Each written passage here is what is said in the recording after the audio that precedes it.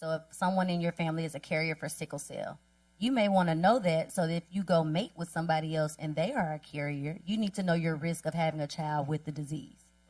So they do that a lot in Jewish cultures. You have to talk to the priest before you ever can get married, and you have to do a genetics test because they know that they're related. But not a lot of cultures put that into practice. So that's carrier status.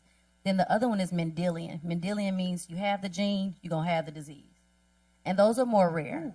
That's usually blood disorders, nervous system disorders. Like lupus or? Like hemophilia, sickle cell, cystic fibrosis, Duchenne muscular dystrophies. Oh, you said we was talking about blood disorders. Sorry, hemophilia, sickle cell, blood. Okay. But those other ones that I named are Mendelian. You have the gene, you get the disease. A lot of what we deal with and go through are chronic diseases, complex diseases, which means it's gene and lifestyle. So that's why, going back to the Lincoln Gaines Project, I want to show them, like, hey, you don't have to believe the literature when it says black people are going to have this or that. But I can also show you, you will have this if you don't change this or that.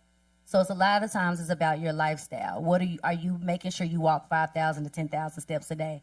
You know, and we just live in a different culture now, right? We don't garden anymore. We don't have to walk as far.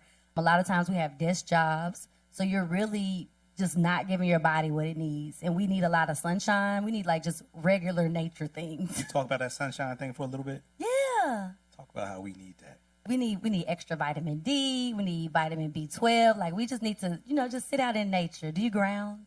Oh, all the time. See? I was talking to my daughter about it the other day. She was mad at me for walking outside with no shoes on. I'm like, girl, I'm a little country.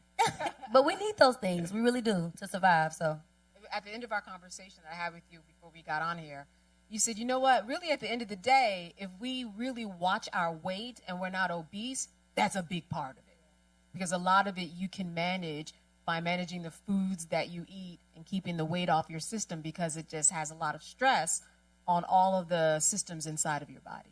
Well, what Malcolm said earlier was, what do your genes really show you? And your genes help to make protein, right? And your protein moves everything else in your body. So it's either the gene is deleted or the gene isn't functioning at the capacity that it needs to be. And so a lot of times when we get our fruits, vegetables, sea moss, black seed oil, all those things help where our foods are not as rich, vitamin rich anymore. And so those things will help you maintain good DNA repair. And then also with the obesity at Pennington in particular, we're a metabolic center. So we're one of the largest, or the largest, metabolic center. And we focus on obesity as the common cause of all major chronic disease. So everyone there looks at clinical, population, and basic research to see how we can get people to live healthier lives, but mostly how we can look at the obesity rate and lower that. So this may be out of the realm of your wheelhouse, but I was just having a conversation with my brother about this morning. Like, what do you tell people? Like, it's expensive to eat healthy. I mean, some of us, we're in a place where eating clean is almost a luxury. Yeah. Right? So what do you tell people who say, because obviously, organic food is going to cost more than, foods that come with the gift of pesticide. Mm-hmm. My sister went to Whole Foods and she bought eggs. They were $12 last week. So is there any? So it's a question that comes up because I don't quite have the words, but is there any kind of advice you can give to people who have that? That is an argument against well, I can't afford to eat clean because I can go get this Happy Meal over here that's going to cost the same as some organic vegetables. And it's convenient. Yeah, the Happy Meal was convenient. Yeah. Okay. It came with the prize.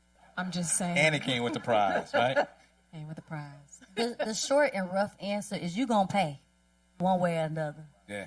How you want to pay? Word. Now or later. Okay. Now or later.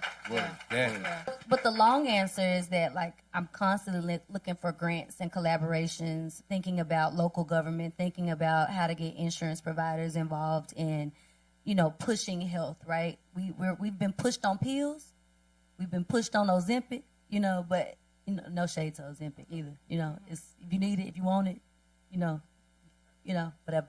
But we've been pushed in that direction. Why not push us to live healthier lives in other ways, like community gardens? I'm really about to laugh. But yes, that's what I think we should do. It's like, how can we work together as a community to be preventative instead of prevention. That's my thought on it. But you gonna pay. I want to thank you for tuning in to Nah, Not All Hood. You have no idea how much of a treat this is for us. So please like, comment, subscribe, join the conversation. We appreciate you.